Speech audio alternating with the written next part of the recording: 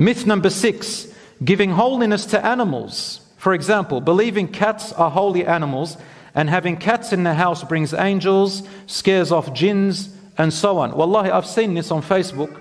I don't know where people get this information from. Where do you get it from? That's not the sad part. The sad part is it gets so many views and likes and people actually comment how their iman rose. What? Because of someone saying something? What about the evidence? Ask for the proof, ya akhi. Where is this from? We have 2 sources, the Qur'an and the Sunnah, the way of the Prophet ﷺ. And obviously if it's not there, we look at the consensus of the companions and then it comes ijtihad, to look at what the scholars said. The Qur'an and Sunnah has nothing about cats being holy. Yeah, Rasul ﷺ used to allow cats to come around, they're clean. But he also allowed dogs to enter the Prophet's masjid. They would come in, the people would feed them and they would go out. Sometimes Rasul ﷺ would make wudu. From the jar, from the container, he would give a cat to drink. As he's making wudu, he would give the cat to drink and he would continue his wudu because cats are considered clean. Clean for our system. Obviously, you don't go and put your mouth on the cat's mouth. That's bad. But in general, we become immune to their uncleanliness.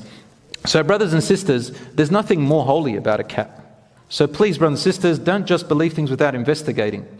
Myth number 7, he'll like this one, folding the prayer mat, otherwise the shayṭān will pray on it. Closing the mushaf, the Qur'an mushaf, otherwise the shayṭān will read from it. Or bad to leave your shoes upside down. You have to put it up, right side up. And this is what they say. Because the shoe, the bottom of it is unclean, they say.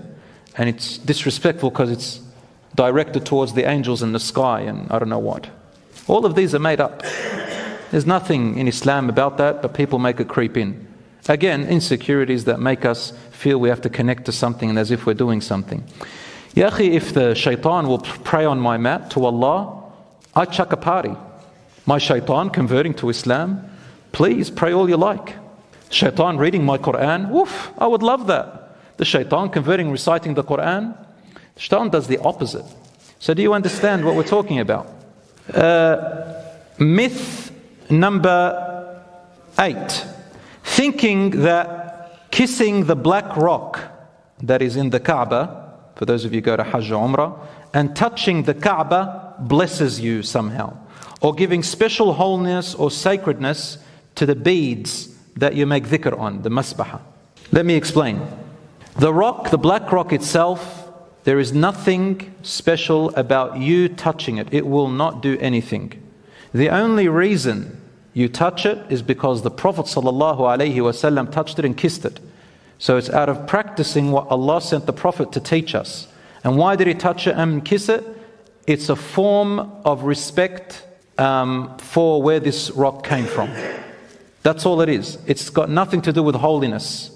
That's why till today, if you ever go, brothers and sisters, and you can't get to the black rock, my advice to you is do not shove yourself through those people just to kiss and touch the black rock. You haven't done anything. And I think that a lot of people actually earn sins by shoving through the people just to kiss or touch the black rock, by hurting people along the way. Or to touch the Kaaba at the expense of pushing people aside. Did you know that you earn sins, especially around the Kaaba, more than any other place when you hurt your fellow human beings, your fellow brothers and sisters around the Kaaba?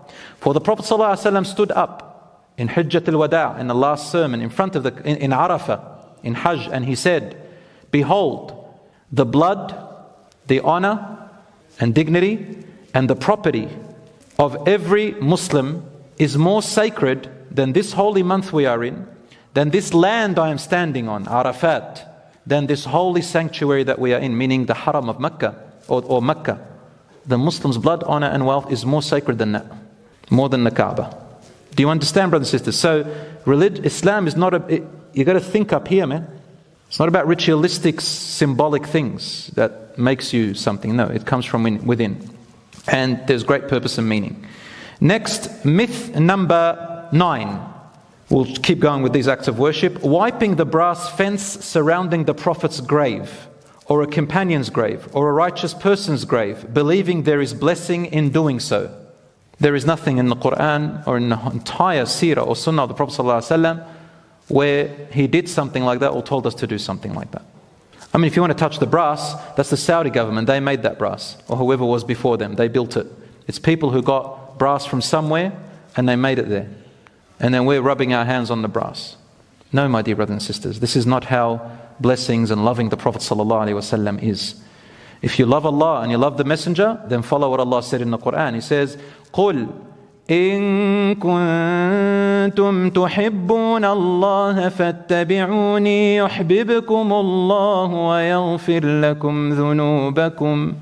Say, O Muhammad, if you truly love Allah, then follow me. Allah will love you back and He will forgive your sins. Loving the Prophet ﷺ is following him, not touching brass and his grave and all that stuff.